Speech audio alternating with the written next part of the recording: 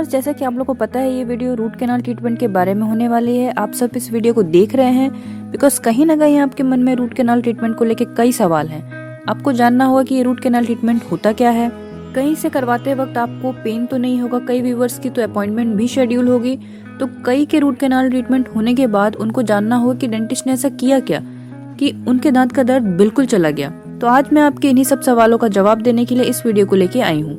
Root canal treatment basically दांत बचाने की ट्रीटमेंट को बोलते हैं, जिसे नॉर्मल पेशेंट की लैंग्वेज में कहें तो दांत के नस के इलाज को रूट कैनाल ट्रीटमेंट कहते हैं। अगर सड़न ज्यादा अंदर तक चली जाती है तब पेन और सूजन से जहां हम पहले दांत निकालने का सोचते थे, पर अब ऐसा नहीं है, अब हम दांत बचाने का सोचते हैं। ये रूट कैनाल ट्रीटमेंट 12 साल से 60 साल के एज तक बहुत कॉमन है। ऐसा बिल्कुल भी नहीं है कि 12 साल से कम और 60 साल के ऊपर के लोगों के लिए रूट कैनाल ट्रीटमेंट नहीं है। ऑफ कोर्स हम बच्चों में भी ये रूट कैनाल ट्रीटमेंट करते हैं, पर वहाँ हम इसे पल्पेक्टोमी कहते हैं, क्योंकि बच्चों को भी अपने दांत अभी बचाने हैं जब तक कि उनके परमानेंट दांत पूरी अच्छी तरीके से ना आ जाए। इसलिए अब डेंटिस्ट आपको एक नया ऑप्शन देते हैं रूट कैनाल ट्रीटमेंट का। आज मैं आपको क्लियर उसके बारे में बेसिक से बताऊंगी ताकि आप अच्छे से समझ सकें कि ये होता क्या है, कैसे होता है और आपका डर बिल्कुल भी निकल जाए। बिल्कुल बेसिक से चलते हैं। हमारे दांत में 3 लेयर होती हैं। ऊपर की लेयर को हम इनेमल कहते हैं, ये जो व्हाइट कलर का है।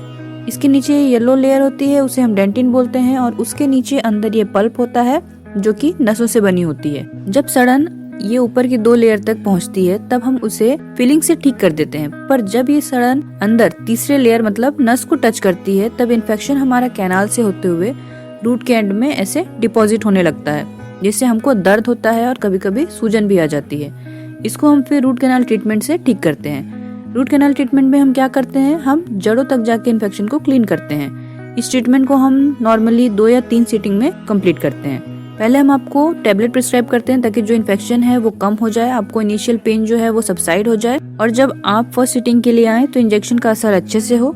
इंजेक्शन देकर हम उस दांत और उसके आसपास के एरिया को सुन कर देते हैं ताकि आपको दर्द बिल्कुल ना हो। फिर जब दांत अच्छे से सुन हो जाता है तब हम ऐसे मशीन से पहले सड़न हटाते हैं, फिर ऐसे छोटी छोटी फाइल से ऐसे पूरे कैनाल को क्लीन करते हैं। पूरा दांत अच्छे से क्लीन होने के बाद इसमें हम नीचे थोड़ी सी दवाई डालते हैं, फिर कॉटन डाल के टेम्पररी फिलिंग मतलब कच्चा मसाला भर देते हैं, और हम आपको 2-3 दिन तक उस साइड से खाने के लिए बोलते हैं ताकि आप अच्छे से श्योर हो जाएं कि अभी दांत का दर्द पूरे अच्छे से चला गया है और जो भी इन्फेक्शन है अच्छे से क्लीन हो गया है। फिर जब आप सेकंड विजिट में आते हैं तब हम कच्चा मसाला निकालते हैं, और जो लास्ट टाइम हमने रूट्स क्लीन की थी वो रूट्स खाली हैं, उसको हम अब सेकंड विजिट में फील करते हैं। गट्टा पर्चा पॉइंट ये हमारा फिलिंग मटेरियल होता है, उससे हम लोग ये जड़ों तक पूरा भर देते हैं।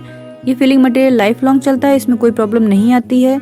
आप ठंडा खाएं ना गर्म खाएं, कुछ भी खाएं, इस मटेरियल में कोई फर्क नहीं पड़ता। ठीक है, इसको अच्छे से भरने के बाद सील कर देते हैं ताकि इन्फेक्शन वापस से ना हो, और जहां हमने पहले टेम्पररी फिलिंग भरा था वहां भी हम परमानेंट फिलिंग मतलब पक्का मसाला भर देते हैं। मतलब हमने अंदर से भी दांत को पैक कर दिया है और ऊपर से भी पूरा पैक कर दिया है। इस प्रोसेस में हम 3 एक्सरे लेते हैं। फर्स्ट एक्सरे जो हम ट्रीटमेंट स्टार्ट होने से पहले लेते हैं, ये देखने के लिए कि इन्फेक्शन किस लेवल तक गया है। सेकेंड हम ट्रीटमेंट के बीच में लेते हैं, ये देखने के लिए कि पूरी क्लीनिंग हुई है या नहीं। और जो तीसरा एक्सरे है वो है ट्रीटमेंट के एंड में लेते हैं, ये देखने के लिए कि हाँ जो हमने गट्टा पर्चा पॉइंट भरा था वो अच्छे से भरा है, ताकि हम आपको एश्योरेंस दे सके कि हाँ अभी आपका दांत कम से कम 10 साल तक चलेगा। अभी नॉर्मल आरसीटी में भी एक और नई चीज आई है, एडवांस आरसीटी बोलते हैं उसे। जहाँ हम पहले हाथ के फाइल से रूट को क्लीन करते थे, वहाँ अभी हम मशीन के फाइल से रूट को क्लीन करते हैं।